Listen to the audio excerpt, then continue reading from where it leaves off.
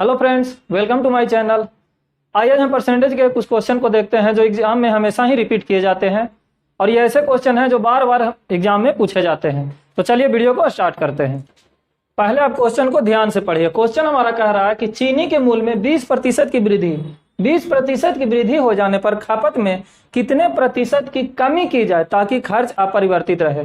इसका मतलब हुआ कि चीनी का मूल्य हमारा 20% बढ़ गया है, तो खर्च हमको कितना कम करना पड़ेगा ताकि जितना पैसा ले जाकर पहले चीनी खरीदते थे उतना ही पैसा में आज भी चीनी हम खरीद सकें। तो देखिए यहाँ हमारा बेस वैल्यू क्या है, 20%। सबसे पहले क्वेश्चन में देखिए हमको दिया गया है कि चीनी के मूल्य में प्रतिशत वृद्धि कितना है, 20%। इसका मतलब क्या हुआ? इसका मतलब हुआ कि मान लीजिए कि पहले चीनी का मूल्य 100 रुपये था। पहले चीनी का मूल्य 100 रुपये था, ठीक है। तो अब 20% की वृद्धि, 20 का मतलब हो गया कि अब उसका मूल्य हो गया 120 रुपया। 20% वृद्धि है, यानी मान लीजिए कि 100 रुपया पहले था तो आज के डेट में हमारा कितना है, वो 120 रुपया है। तो देखिए सबसे पहले हम बेस वैल्यू को समझिए। बेस वैल्यू हमारा कौन सा है? बेस वैल्यू हमारा हो गया 100 रुपया से 120 रुपया। वृद्धि कितना का हुआ? 20 रुपये का। चूंकि 20 रुपये की वृद्धि हो जाने से हमारा कितना आ गया, 120 रुपया आ गया। देखिए इसको हल हम किस प्रकार पर करेंगे। सबसे पहले देखिए हमारा वृद्धि कितना है, 20 है, तो 20 लिख दिए। अब देखिए 100 से 120 हुआ है, परिवर्तन कहाँ हुआ है? तो 100 से 120 रुपया हुआ, इसीलिए 120 रुपये को हम नीचे रखेंगे। और क्या कह रहा है, खपत में कितने प्रतिशत की कमी कर जाए। अगर कहा जाता खपत में कितने की कमी की जाए तो 20/120 हो जाता बस, लेकिन कह रहा है कि प्रतिशत, इसको क्या करना है, प्रतिशत में बदलना है। और आप जानते होंगे कि प्रतिशत में जब भी कोई फैक्टर बदलना हो उसको हम क्या करते हैं, 100 से गुना करते हैं। अब इसको हल कर दीजिए, आंसर हो जाएगा। देखिए ये 6 से कट जाएगा, 100/6 50/3, और इसको पूर्णांक में तोड़ेंगे 16.2/3%। ठीक है। फिर से इसको देखिए, 20% की वृद्धि की जाए, इसका मतलब हुआ कि 100 रुपये से हमारा दाम 120 रुपया हो गया। पहले जो सामान 100 रुपये मिलता था, पहले चीनी हमारा 100 रुपये मिलता था, आज बाजार गए तो उसका कीमत 120 रुपया हो गया। तो कितना खपत में कमी किया जाए कि पहले जितना पैसा लेके जाते थे उतना ही पैसा में हम आज भी खरीद सके। तो देखिए 100 से 120 हो गया, वृद्धि कितना का हो गया, 20 रुपये का हुआ।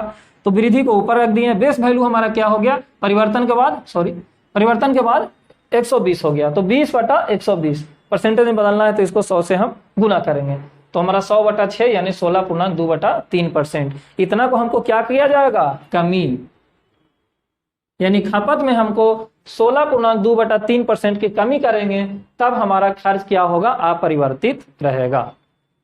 ठीक है, अगले क्वेश्चन की तरफ बढ़ते हैं। अगला हमारा क्वेश्चन है, तेल के मूल्य में 10% की कमी हो गई, तो खपत में कितने प्रतिशत की वृद्धि की जाए ताकि खर्च जो है हमारा अपरिवर्तित रहे।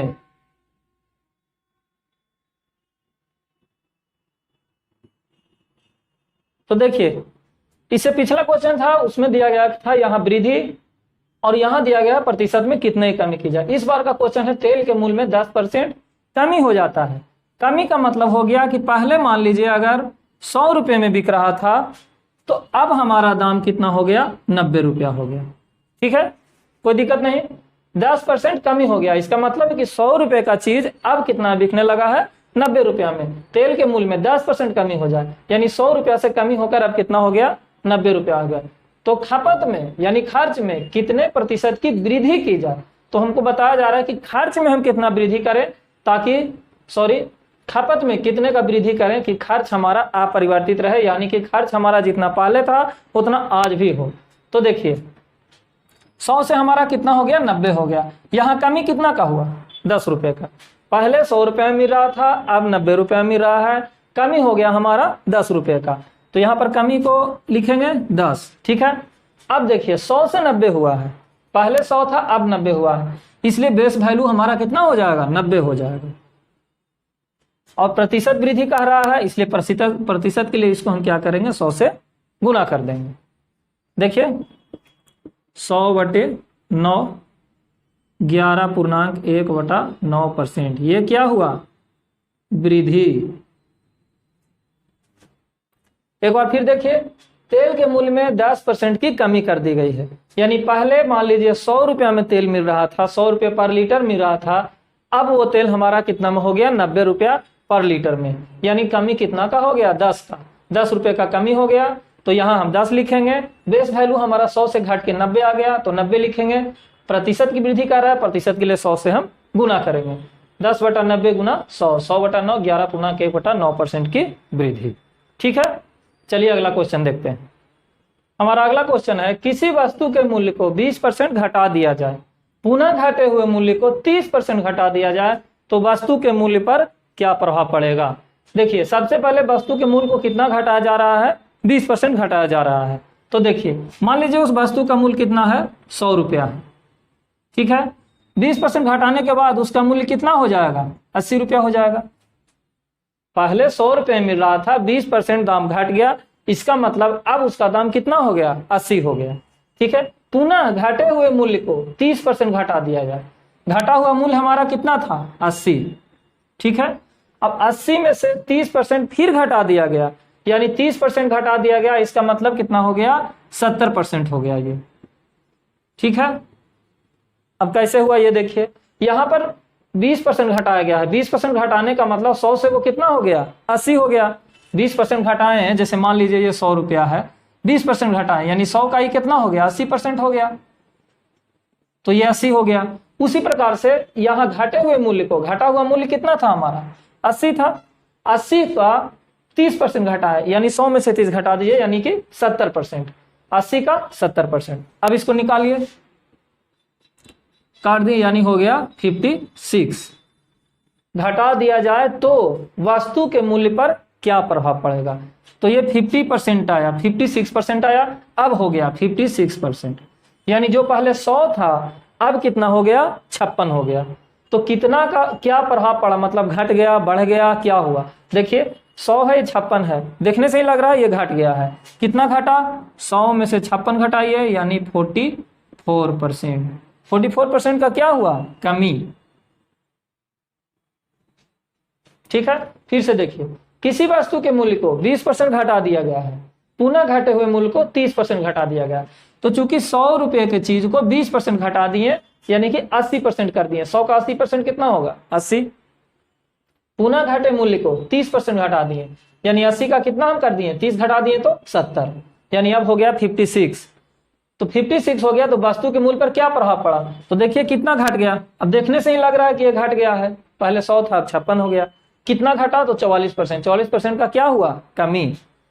इसको एक मेथड और बनाते हैं जो ट्रिकी मेथड कहा जाता है, बहुत जल्दी उससे बन जाता है। उसमें फॉर्मूला होगा, इसको अगर आप ए मान लीजिए, इसको बी मान लीजिए, तो a plus B, A plus minus B plus minus A B बटा 100। नहीं समझे, चलिए इसको बना के दिखाते हैं। किसी वस्तु के मूल्य को 20% घटाया गया है, कितना घटाया गया, 20%। ठीक है, पुनः घटे मूल्य को कितना घटाया गया, 30%। यहां घटाया गया है इसीलिए हम इसको माइनस लिख रहे हैं। ठीक है, अब माइनस माइनस क्या होता है, अभी जानते हैं, प्लस होता है। अब ए बी मतलब दोनों का गुणनफल, 20 गुने 30 बटा 100। ये कर दीजिए, 2 अंक से 2 अंक खत्म हो गया। 20 से 30 कितना हो गया, 50, माइनस 50 प्लस 6 माइनस 44। इसका मतलब क्या हुआ, 44% का कमी हो गया।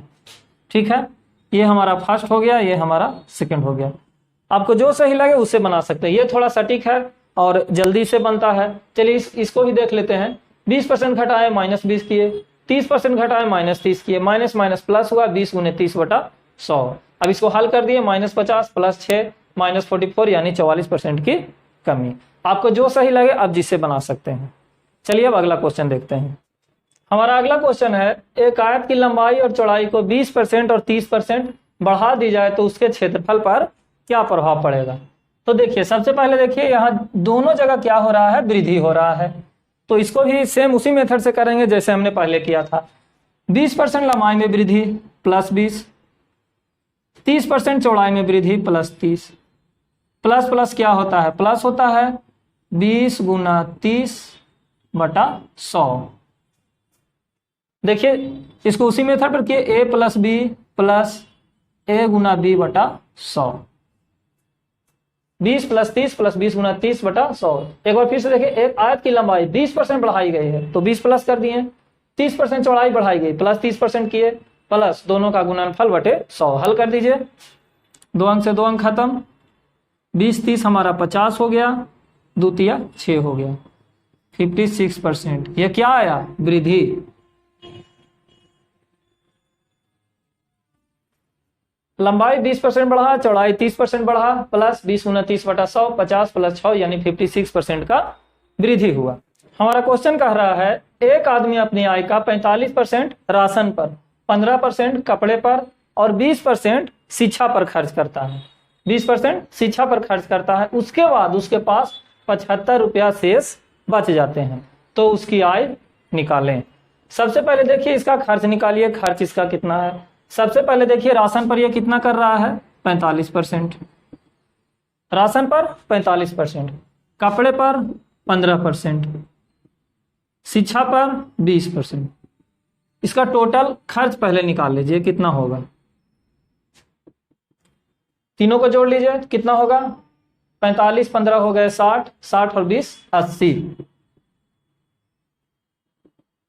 टोटल इसका खर्च हो गया कितना? 80%। तो बचत कितना है? बचत 20% होगा। 100 में से 80% वो खर्च कर देता है, तो बचत कितना होगा? 20% होगा। अब यहां क्वेश्चन के अनुसार बचत कितना है? 75 रुपया है, मतलब 20% बराबर है कितना?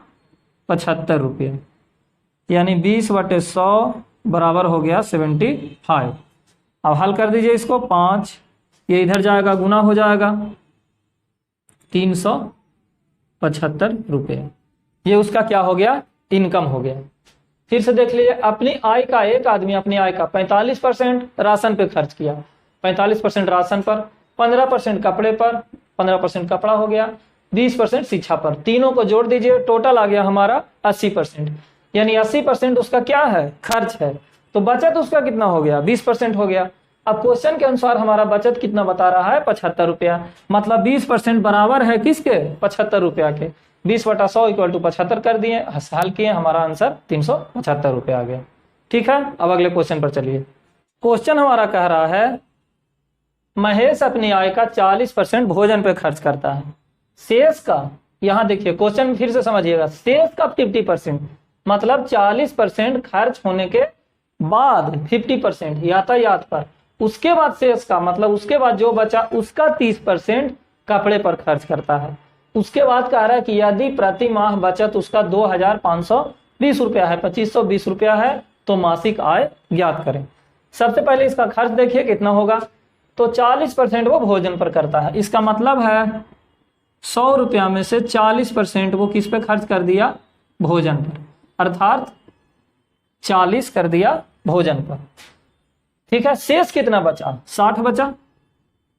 100 में से 40 घटाएंगे 60 ही बचेगा ना, तो 60 का अब देखिए 50% यातायात पे किया है, यानी 50% यातायात पर किया, तो अब उसका शेष निकालिए कितना हो जाएगा। अब शेष उसके पास बच गया, सॉरी ये परसेंटेज आएगा,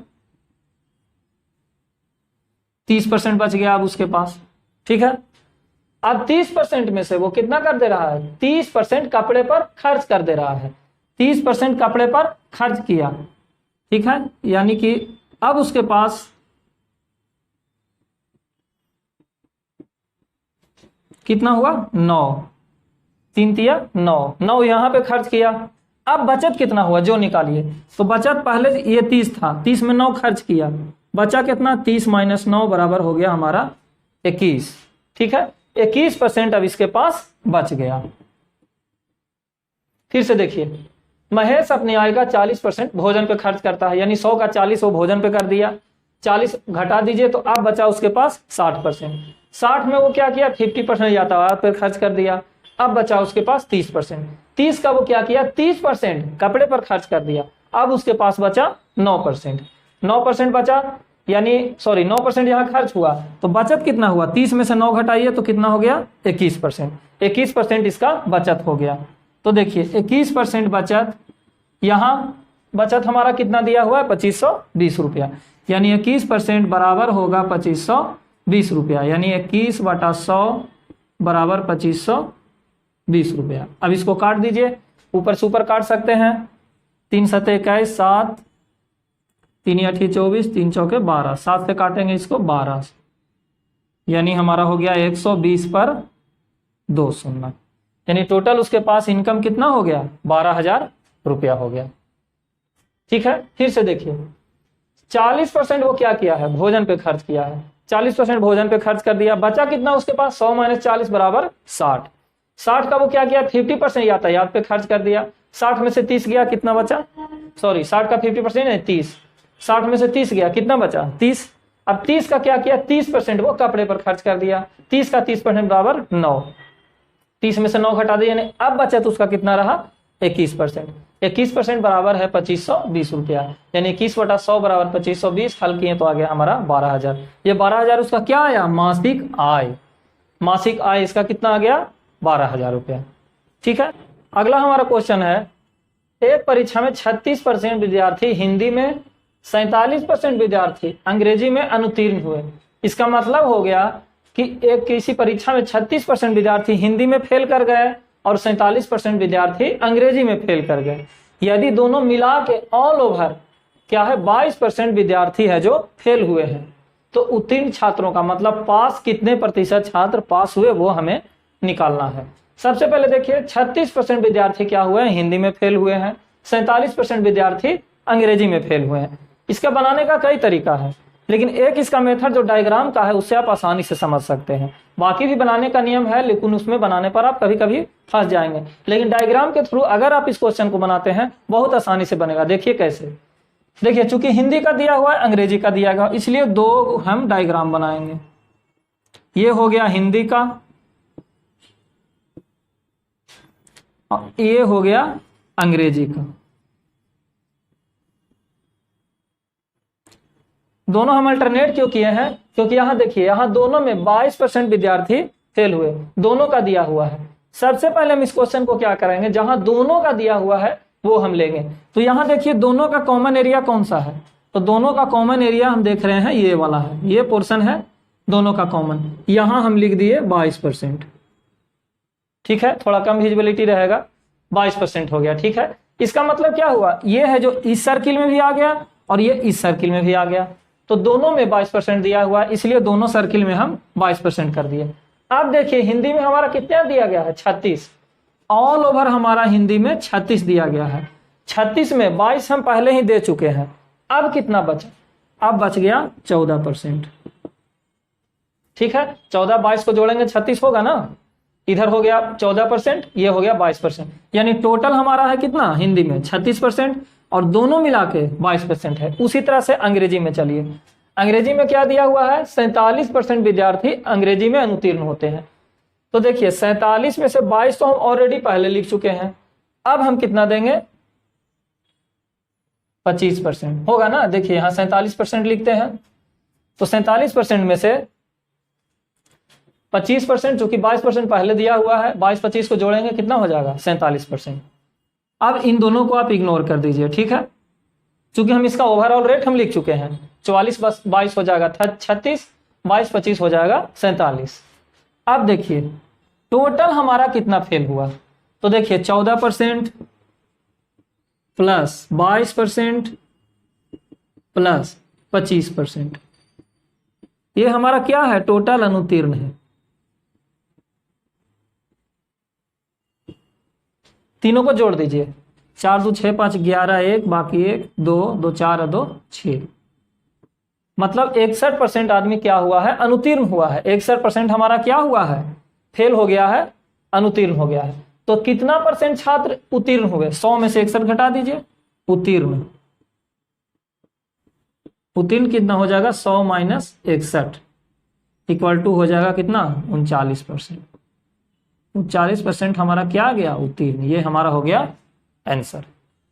चलिए फिर से देखते हैं, किसी परीक्षा में 36% विद्यार्थी हिंदी में, 47% विद्यार्थी अंग्रेजी में और दोनों में 22% विद्यार्थी अनुत्तीर्ण होते हैं। तो देखिए 36% दिया हुआ है, इसका मतलब 36 है 47 है, दोनों में कितना है 22% है, तो दोनों में हम क्या किए कॉमन 22% डाल दिए। अब चूंकि हिंदी में 36 है, ओवरऑल टोटल हिंदी में 36 है, 36 में 22 हम पहले ही लिख चुके हैं, इसलिए अब हम कितना लिखेंगे 14, क्योंकि 14 22 जोड़ेंगे हो जाएगा 36। ठीक उसी प्रकार 47 में 22 हम पहले लिख चुके हैं, तो अब हम कितना लिखे 25, क्योंकि 25 और 22 जोड़िए तो हो जाएगा हमारा 47। ये हमारा टोटल परसेंटेज किसका है अनुत्तीर्ण का, तो तीनों को जोड़ दिए 14 + 22 + 25, टोटल अनुत्तीर्ण कितना आ गया 61%। उत्तीर्ण कितना है, तो 100 में से अनुत्तीर्ण वाला घटा दीजिए, फेल वाला घटा दीजिए, 100 में से फेल किया 61, तो हमारा आप कितना आ गया 39% पास कर गए। ठीक है, आइए हम अगले क्वेश्चन की तरफ चलते हैं। ये भी क्वेश्चन पिछले क्वेश्चन से बिल्कुल मिलता जुलता है, थोड़ा सा इसमें चेंज किया गया है। तो चलिए देखते हैं क्वेश्चन क्या है। एक परीक्षा में 80% विद्यार्थी अंग्रेजी में, 85% विद्यार्थी गणित में एवं 75% विद्यार्थी दोनों में उत्तीर्ण हुए, मतलब दोनों विषयों में पास हुए। यदि 40 विद्यार्थी, यहाँ देखिए 40 विद्यार्थी दोनों विषयों में अनुत्तीर्ण हुए हैं, मतलब फेल हुए हैं, तो विद्यार्थियों की कुल संख्या ज्ञात करें। सबसे पहले देख लीजिए पास कितना किया है, 80, 85 और 75% दोनों में पास किया। इसका भी हम क्या करेंगे डायग्राम बनाएंगे, क्योंकि दो विषय का है इसीलिए हम दो डायग्राम बनाते हैं। ठीक है, अब देखिए यहाँ पर क्या है, कॉमन एरिया में 75% विद्यार्थी दोनों में उत्तीर्ण हुए हैं, तो दोनों में जो उत्तीर्ण है उसे हम क्या करेंगे यहां रखेंगे, क्योंकि ये दोनों में कॉमन है 75%।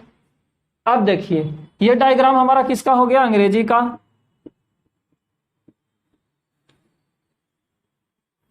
तो ये सर्किल अंग्रेजी का हो गया और ये सर्किल हो गया गणित का। ठीक है, अब देखिए दोनों विषयों में 75% विद्यार्थी उत्तीर्ण हुए हैं, तो दोनों का जो कॉमन एरिया है 75% उसको लिख दिए। अब अंग्रेजी में देखिए टोटल हमारा कितना है 80% है, 80% टोटल है अंग्रेजी में, लेकिन 80 में 75% हम पहले ही लिख चुके हैं, इसके सर्किल में 75% पहले आ गया, तो अब इसमें कितना आ जाएगा 5%। ठीक है, 5 और 75 टोटल 80 हो जाएगा।